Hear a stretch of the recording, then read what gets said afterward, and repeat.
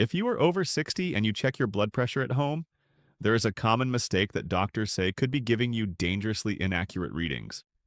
And if you are relying on those numbers to manage your health, this error could mean the difference between catching a problem early and missing it entirely until a stroke or heart attack happens. Here is what I hear from my patients all the time. They come into my office and tell me their blood pressure is fine. They say they have been checking it regularly at home, and the numbers look good. They feel confident that everything is under control. But then we check their pressure in the clinic using proper technique, and the numbers are completely different. Sometimes 20 or even 30 points higher than what they have been seeing at home.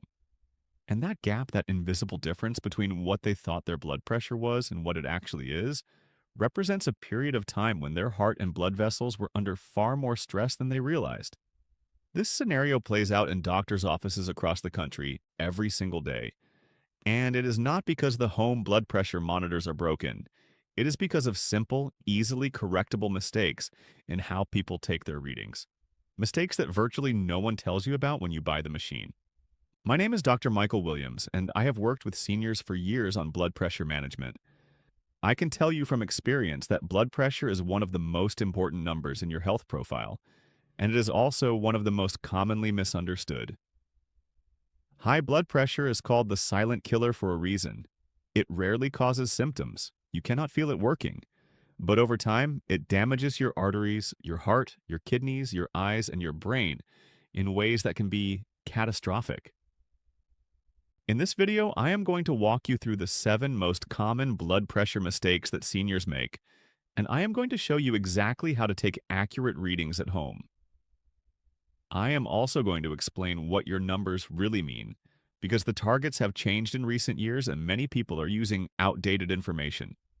And at the end, I am going to share the one daily habit that doctors say is more effective at lowering blood pressure than most people realize. So stay with me because getting this right could literally save your life. Let us start with the first mistake, and it is by far the most common one. It is taking your blood pressure immediately after sitting down. Most people walk into the room, sit in a chair, slap on the cuff, and press the button. But cardiologists say this produces unreliable results almost every time. When you have been moving, walking, or even standing, your heart rate and blood pressure are elevated. Your body needs time to settle into a resting state before a reading can be considered accurate.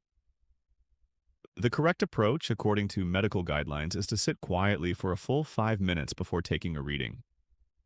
Sit in a chair with your back supported, your feet flat on the floor, and your arm resting on a table at heart level. Do not talk. Do not look at your phone. Do not watch television. Just sit quietly and breathe normally. Those 5 minutes of stillness allow your cardiovascular system to return to its true resting state, and the reading you get after that period is far more accurate and clinically meaningful. I know 5 minutes sounds like a long time, but think about it this way. You are making health decisions based on these numbers. You and your doctor may be adjusting medications based on them. Spending 5 minutes to make sure those numbers are accurate is one of the best investments of time you can make. But here's where most people make their second mistake, and it has to do with the position of the cuff. Many seniors place the cuff too low on their arm, too high, too loose, or over clothing. Any of these errors can throw off your reading significantly. The cuff should be placed on bare skin, on your upper arm, about 1 inch above the bend of your elbow. The tubing should run down the center of your inner arm, roughly aligned with your middle finger. The cuff should be snug but not tight. You should be able to slide 1 finger underneath it. If it is too loose, the machine has to inflate more to compress the artery, which can falsely elevate the reading. If it is too tight, it can falsely lower it. And speaking of the cuff, make sure you are using the right size. This is the third mistake, and it is one that most people do not even think about. Blood pressure cuffs come in different sizes, and using the wrong size is one of the most common sources of error. If the cuff is too small for your arm, your readings will be falsely high. If it is too large, your readings will be falsely low. Most standard home monitors come with a medium cuff that fits arm circumferences of about 9 to 13 inches. If your arm is larger than that, you need a large cuff. Measure the circumference of your upper arm at the midpoint between your shoulder and elbow, and make sure your cuff matches. The fourth mistake is one that I see in seniors almost every day. It is crossing your legs while taking a reading. This seems like a tiny detail, but studies have shown that crossing your legs during a blood pressure measurement can raise your systolic pressure by 5 to 8 points. That is enough to push someone from a normal reading into the elevated range, or from elevated into hypertension. It is also enough to mask the true effectiveness of blood pressure medication, making it seem like a drug is not working when in fact, the problem is the measurement technique. Both feet should be flat on the floor, uncrossed, with your back supported against the chair. Your arm should be at heart level, not hanging by your side and not raised above your heart. If your arm is too low, readings tend to be falsely high. If it is too high, readings tend to be falsely low. The fifth mistake is something that catches many seniors off guard. It is only taking one reading.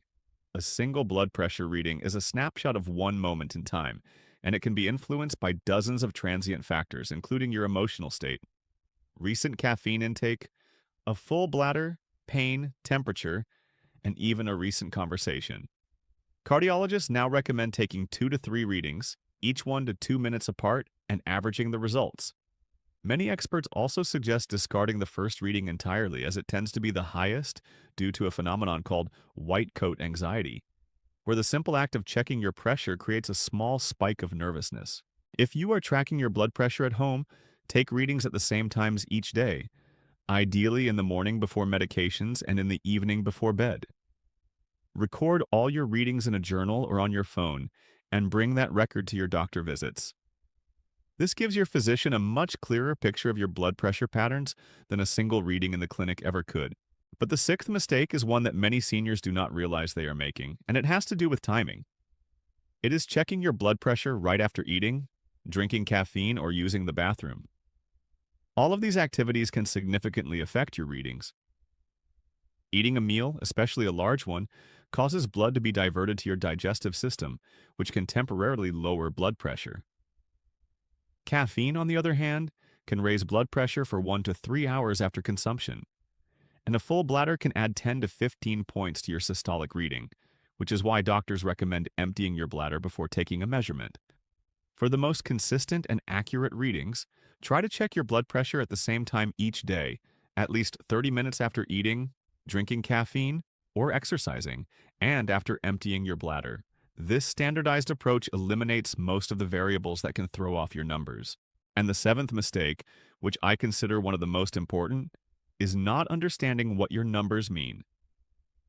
Blood pressure is expressed as two numbers, systolic over diastolic. The top number, systolic, measures the pressure in your arteries when your heart beats.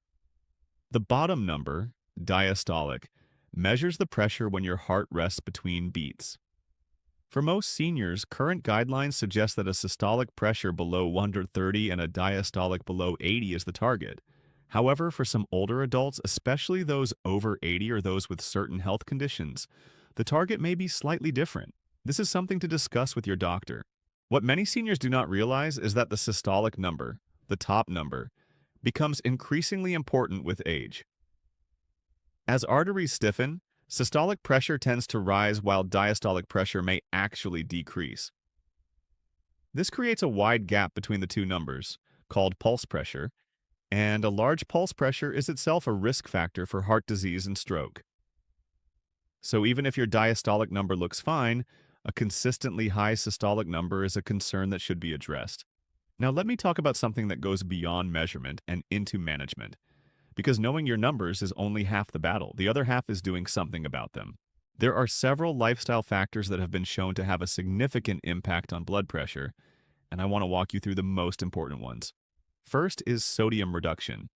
The average American consumes about 3,400 milligrams of sodium per day, which is more than double what most health organizations recommend for seniors with hypertension. Most of this sodium does not come from the salt shaker. It comes from processed foods, restaurant meals, canned soups, deli meats, and bread. Reading labels and choosing low-sodium options can make a meaningful difference in your blood pressure. Second is potassium intake. Potassium helps counterbalance the effects of sodium and relaxes blood vessel walls. Foods rich in potassium include bananas, sweet potatoes, spinach, avocados, and white beans. However, if you have kidney disease or take certain medications, you should check with your doctor before significantly increasing your potassium intake. Third is weight management. Even a modest weight loss of 5 to 10 pounds can reduce blood pressure noticeably. For seniors, this does not mean crash dieting. It means making sustainable changes to eating patterns and activity levels. Fourth is limiting alcohol. Regular alcohol consumption raises blood pressure, and the effect is dose-dependent, meaning the more you drink, the higher it goes. Limiting alcohol to no more than 1 drink per day for seniors is a common recommendation. And fifth, which is the daily habit I promised to share, and the one that doctors say is remarkably effective, is structured breathing.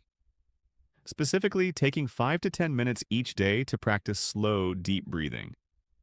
Research has shown that slow breathing, at a rate of about 6 breaths per minute, activates the parasympathetic nervous system, which is the branch of your nervous system responsible for relaxation and recovery.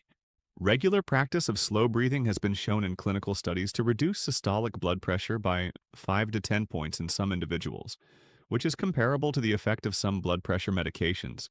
The technique is simple. Breathe in slowly through your nose for a count of 5, hold for a count of 2, and breathe out slowly through your mouth for a count of 7. Repeat this for 5 to 10 minutes. You can do it sitting in your chair, lying in bed before sleep, or anytime you feel stressed. Over time, this practice can train your nervous system to maintain a more relaxed state, which helps keep blood pressure lower throughout the day. Doctors say this is one of the most underutilized tools for blood pressure management, probably because it seems too simple to be effective. But the research is clear. It works. Before we wrap up, let me quickly summarize the 7 mistakes we covered. First, not sitting quietly for 5 minutes before taking a reading. Second, incorrect cuff placement. Third, using the wrong cuff size. Fourth, crossing your legs during measurement.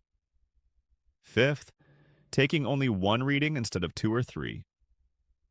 Sixth, checking your pressure right after eating, caffeine, or with a full bladder. And seventh, not fully understanding what your numbers mean and what targets you should be aiming for. Getting your blood pressure right is not complicated, but it does require attention and consistency. And the payoff is enormous. Accurate readings lead to better treatment decisions, which lead to better outcomes for your heart, your brain, your kidneys, and your overall quality of life. If you found this video helpful, please consider subscribing. I release new videos every week focused on helping seniors take control of their health with practical, easy-to-understand information. And if you know someone who checks their blood pressure at home, please share this video with them. A few simple corrections to their technique could change everything. I am Dr. Michael Williams. Thank you for watching, and I will see you in the next video. Take care of yourselves.